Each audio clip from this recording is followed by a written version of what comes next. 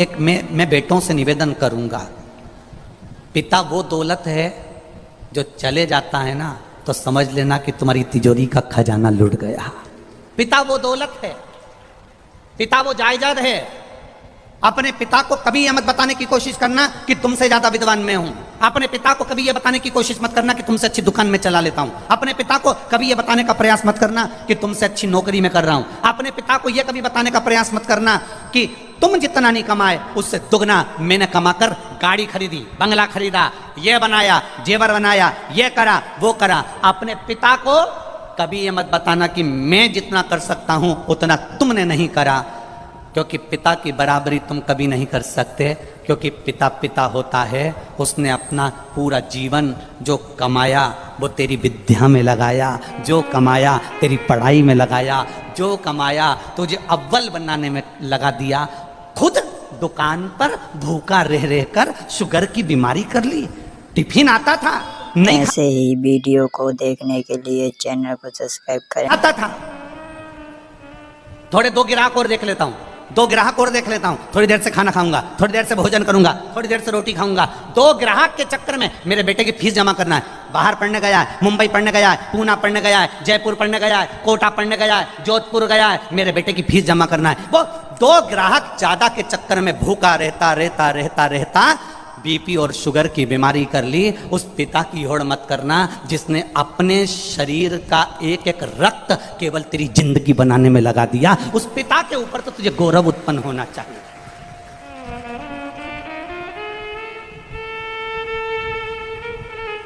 बड़ा दुख होता है जब किसी के मोबाइल पर हम स्टेटस पर देखते हैं ना और वो लिखते हैं माय वाइफ माय लाइफ।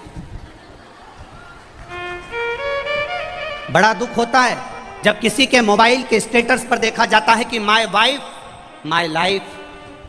तुम्हारे लाइफ बनाने में तुम्हारी वाइफ ने क्या क्या करा एक बार पत्र में लिख के तो भेज भेरू, मैं तो इंतजार में बैठा हूं।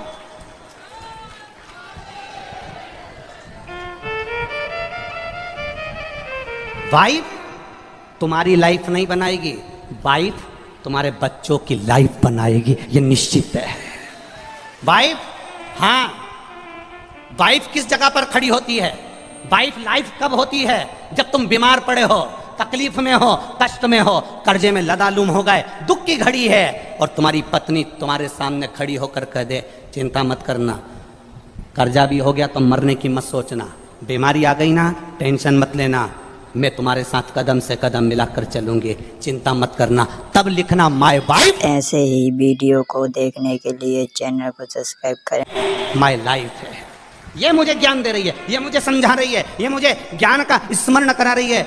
और नहीं तो अपने मोबाइल पर लिखना चाहिए my father my mother my life. मेरा पिता और मेरी माँ ही मेरी लाइफ है, जिसने मेरी जिंदगी बनाई है।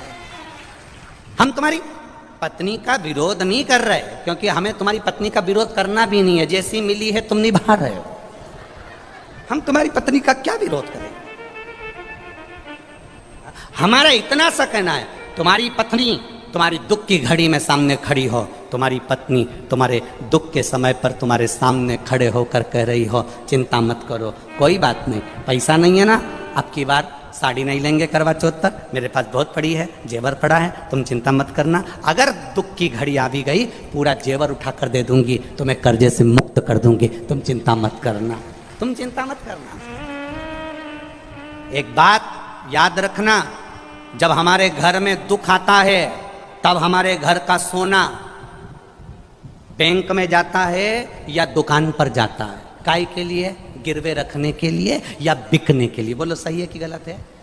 जब दुख आता है तब घर का सोना दुकान पर जाता है, जब दुख आता है घर का सोना सोनार की दुकान पर जाता है। सोनार को पूछता है तुम तो हमारे परिचित हो, ऐसा क्या तकलीफ आ गई जो इतना सारा भाभी का पूरा जेवर लिया है, तुम्हारी मम्मी का पूरा जेवर लिया है, क्या हो गया ऐसा?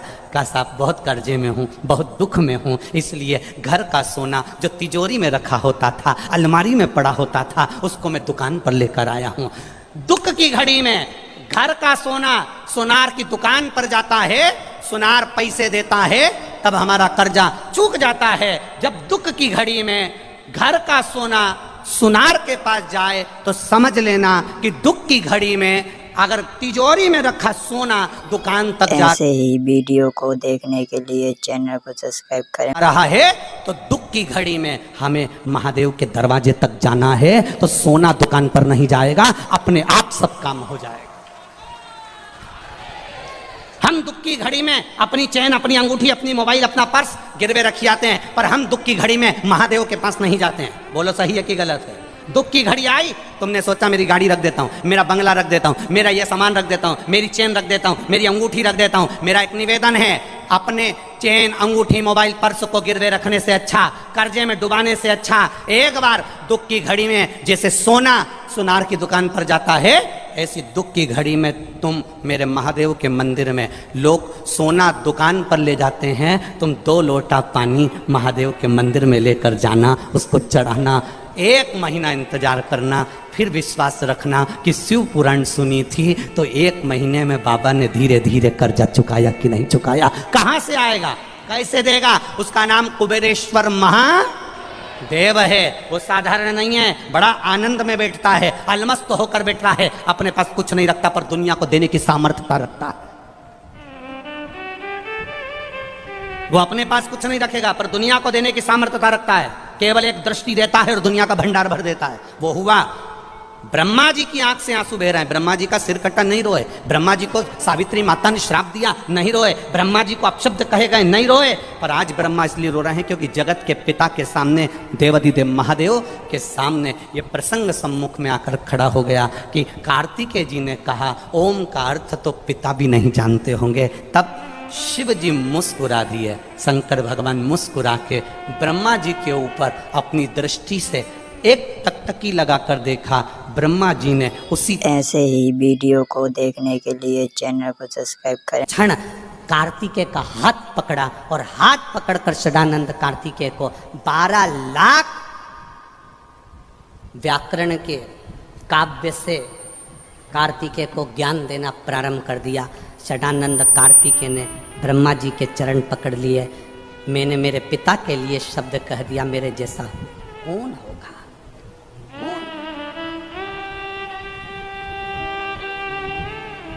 बेटा विद्वान, खूब विद्वान बनो, तुम कलेक्टर बनो, एसपी बनो, डीएसपी बनो, एसडीएम बनो, तुम डॉक्टर बनो, कमिश्नर बनो, सीए बनो, तुम्हारी मर्जी पड़े वो बनो, तुम जो बनना चाहते हो वो सब बनो। मेरा महादेव तुम्हें तुम्हारी ऊंचाई तक लेकर जाए, पर तुम्हारी ऊंचाई के चक्कर में तुम अपने माता पिता का अपमान मत कर देना, तुम अपने रिश्तेदारों का अपमान मत कर देना, तुम किसी को छोटा मत समझ लेना, तुम किसी को एक साधारण सा मत समझ लेना, तुम उसका आदर करना मत भूल जाना, क्योंकि पिता पिता होता है, उसकी जागीर दिल से होती है, दिल से।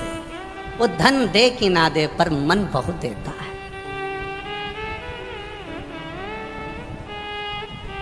मन बहुत देता है।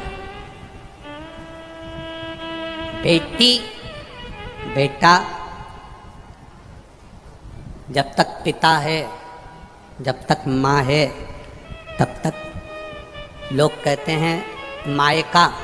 मायका का मतलब क्या होता है? माँ जहाँ निवास करे, पिता जहाँ निवास करे, उसको क्या कहते हैं? जम के बोलो जरा। मायका, वो मायका जहाँ माता पिता रहे, निवास कर। जितनी माताएं बैठी है ना, जितनी माताएं बैठी है, जितनी बेटियां बैठी हैं ना, जितनी बहुएं बैठी हैं, जितनी भले 70 साल उम्र हो गई, 60 साल हो गई, चाहे 50 साल हो गई, पर तुम सब जितनी बैठे हो और जितने आस्था चैनल पर सुन रहे हो, जितने फेसबुक यूट्यूब पर सुन रहे हो ना, तुम सबको अपने पिता का अहंकार जरूर होता है, ये निश्चित है। और पिता का अहंकार हर एक व्यक्ति को होना चाहिए। तुरंत कह देना चाहिए टेंशन मत लो, मेरे पिता जब तक हैं मुझे चिंता नहीं है। मेरा बाबुल है ना, वो संभाल लेता है, मेरा पिता है ना, वो संभाल लेता है। पिता जागीर है। ऐसे ही वीडियो को देखने के लिए चैनल को सब्सक्राइब करें और बेल आइकन को प्रेस कर लें।